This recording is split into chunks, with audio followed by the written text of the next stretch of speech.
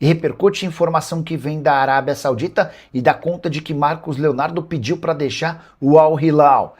Para completar, preciso te contar se o São Paulo pode trocar mando com a Ponte Preta, tem as últimas do mercado e muito mais. Fala aí pessoal, sou Jorge Nicola, bem-vindos a mais um vídeo do canal, sempre bom ter vocês por aqui. Sem perder tempo, pedir para deixar like, se inscrever no canal e ativar as notificações. Agora sim, bora começar o vídeo para contar que há uma especulação grande sobre a possibilidade de o São Paulo contratar o meio atacante Alanzinho, revelado no Palmeiras e que atualmente pertence ao Moreirense em Portugal.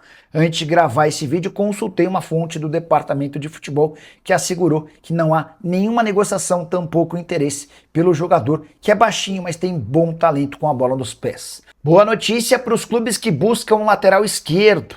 Há um jogador dessa posição que fica livre na metade do ano e tem currículo bem legal. Paulo Otávio, 31 anos de idade, titular absoluto há 3 temporadas no Al Saad, o principal time do Catar. Só para lembrar, o Al Saad é o time do Claudinho e do Firmino.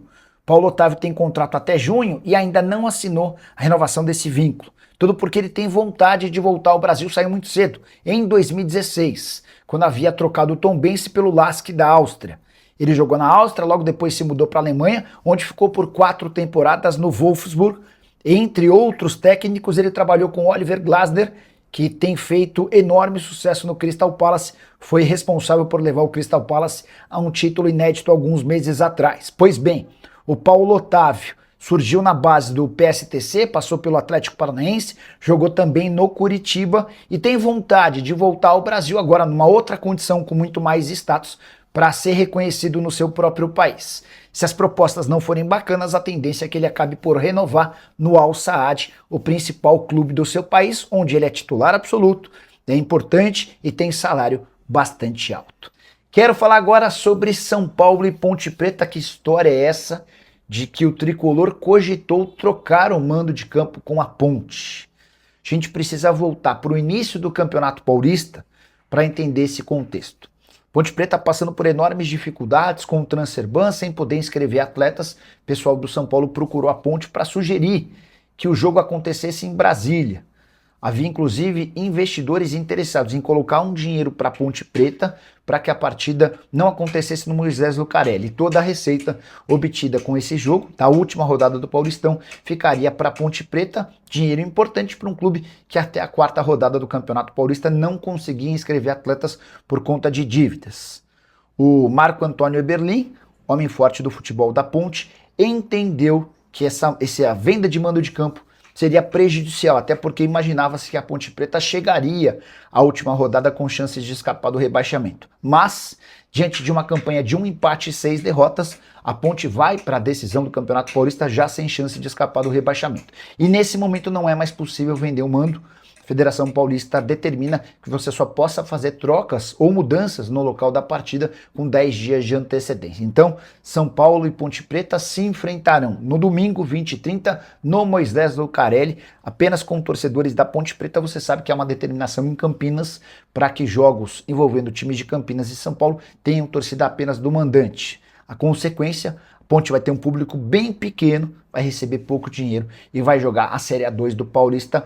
O São Paulo, se pudesse, certamente teria a possibilidade de levar bastante gente, seja em Brasília, seja no Morumbi, mas no Morumbi era inviável, seria uma inversão de campo e certamente os outros clubes não permitiriam. Só para completar o noticiário do São Paulo, registrar que o tricolor pega o Grêmio antes do confronto contra a Ponte Preta. São Paulo é o 8º colocado no Campeonato Paulista e vai precisar vencer a Ponte para não correr o risco de ficar de fora do mata-mata. A saideira sobre o tricolor, repercussão ruim entre conselheiros do São Paulo para a nova camisa da New Balance, tudo porque ela desrespeitaria o regulamento interno do tricolor, que exige que o escudo fique em cima das listras, preta e vermelha.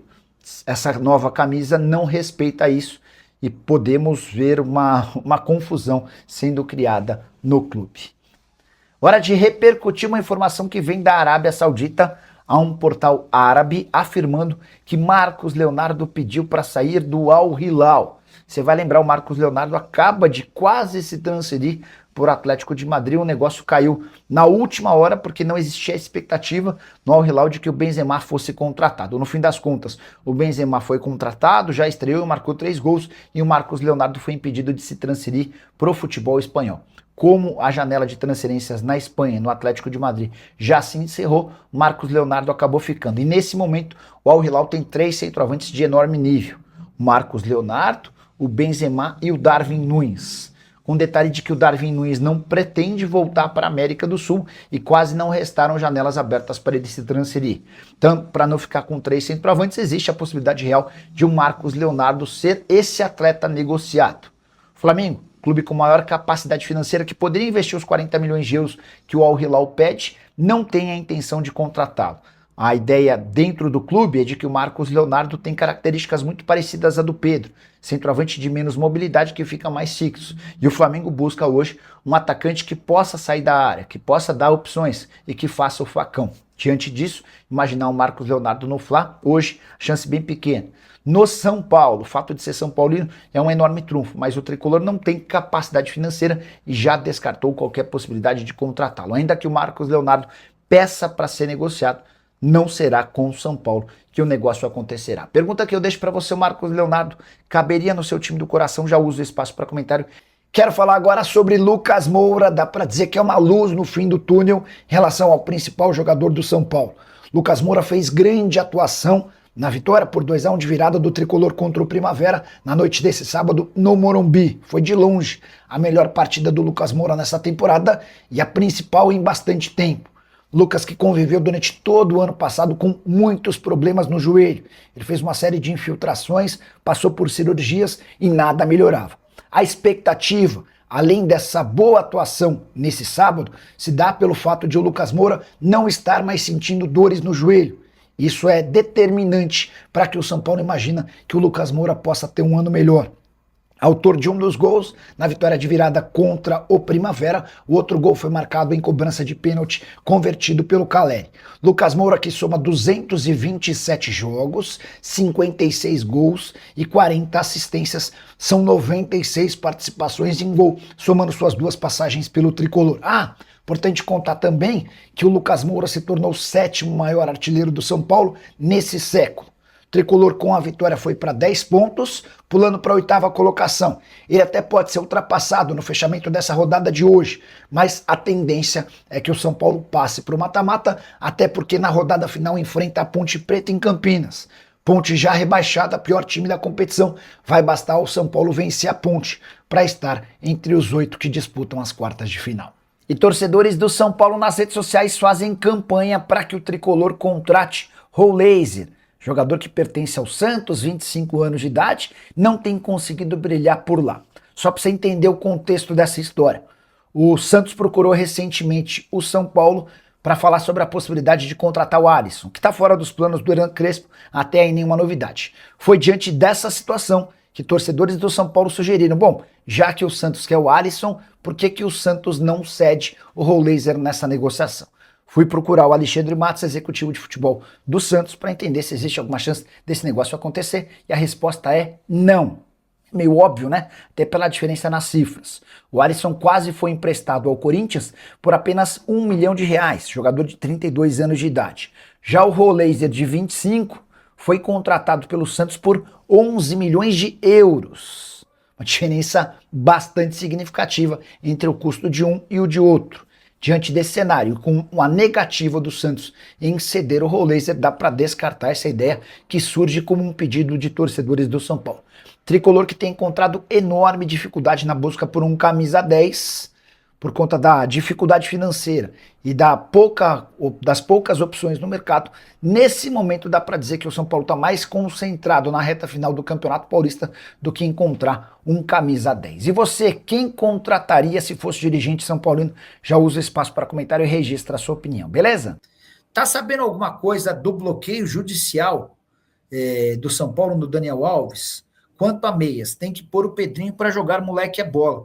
E eu concordo com o Edson, o São Paulo demonstrou ter muitos bons jogadores na base, né? O Pedro e o Luca me causaram boa impressão. com características diferentes, um mais meio armador, o outro mais atacante de lado de campo. Quem mais, cara? São Paulo tem a dupla de zaga da Copinha, me chamou bastante atenção. Enfim, eu acho que tem o Felisberto na lateral direita, o goleiro, muita gente elogiou, não gostei tanto. Deixa eu ver, bloqueio judicial do São Paulo, Daniel Alves. Deixa eu ver se tem alguma atualização sobre isso.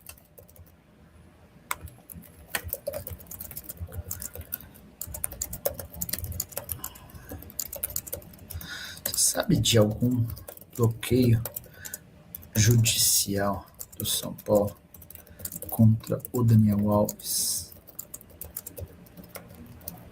Deixa eu ver se eu consigo responder a essa pergunta do meu amigo Edson Pinheiro, torcedor tricolor. São Paulo que tem decisão de campeonato amanhã, né? Amanhã o São Paulo pega o Primavera no Morumbi. Se o São Paulo vencer, acho que dá um passo gigante para a classificação, até porque pega a Ponte provavelmente já rebaixada na última rodada em Campinas. Se empatar ou perder, vai se colocar numa situação mais chata, né? Amanhã também tem a Portuguesa com a Ponte, e no domingo, talvez o jogo mais dramático entre os grandes, o Santos vai a Bauru enfrentar o Noroeste, tá? E hoje o Santos é o primeiro time fora da zona do rebaixamento. Severino Costa, o Corinthians queria atravessar o São Paulo pelo Luiz Fernando do Ibrachina, mas não deu certo. São Paulo fechou com o destaque da Copinha. Boa. Pelica, o PVC noticiou que o São Paulo não vai assinar prioridade nenhuma pelo Marcos Antônio. O time planeja oferecer um novo reajuste salarial ao jogador. Sabe de algo? Ontem, Naric, surgiu essa história de que o São Paulo tinha uma negociação avançada com o Flamengo para que a partir de julho o Flamengo tivesse a prioridade na compra do jogador. Mandei mensagem para um dirigente do São Paulo, deixa eu ler a troca de conversas, e aí vocês tiram as próprias conclusões. Quer ver? Ó? Eu tinha mandado um print, o print dizia o seguinte: Flamengo faz acordo de preferência com o São Paulo por Marcos Antônio. O acordo é para que o rubro-negro tenha uma preferência de compra do volante no meio do ano. A pessoa do São Paulo respondeu: essa é uma ideia, não está formalizado nem assinado no papel. Tá? Então, a resposta de ontem às 15h57 e às 16h03. Foram duas respostas.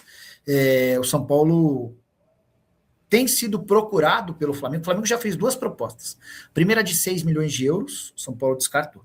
A segunda de 7 milhões de euros, mais o pagamento da dívida que o São Paulo tem com o Alásio. O São Paulo comprou o Marcos Antônio por 4 milhões e 200 mil euros. Esse foi um golaço do Rui Costa. Os 4 milhões e 200 mil euros em 4 parcelas, a primeira delas em setembro desse ano. E aí depois, setembro de 27, setembro de 28, setembro de 29. O Flamengo está disposto a assumir essa dívida do São Paulo e pagaria mais 7 milhões de euros ao São Paulo. O Tricolor recusou as duas ofertas. Há quem diga que o São Paulo pede 25 milhões de euros. E aí, só para completar, tá, Naric? O efeito dessa prioridade...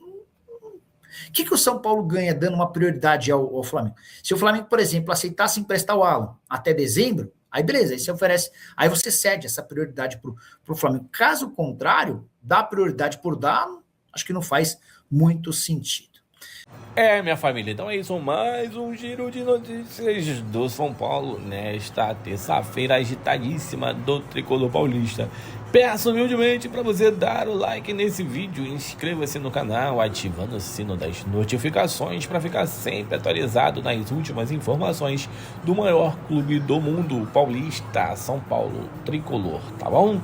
Então, rapaziada, tem um link no comentário fixado e um QR Code na tela para você comprar os produtos do Tricolor Paulista diretamente do aplicativo do Mercado Livre. Dá essa moral pro nosso canal, que o nosso canal é afiliado lá também, para vocês dar essa moral. Tem o link no comentário fixado e o QR Code na tela. Um grande abraço, até o próximo vídeo. Fui!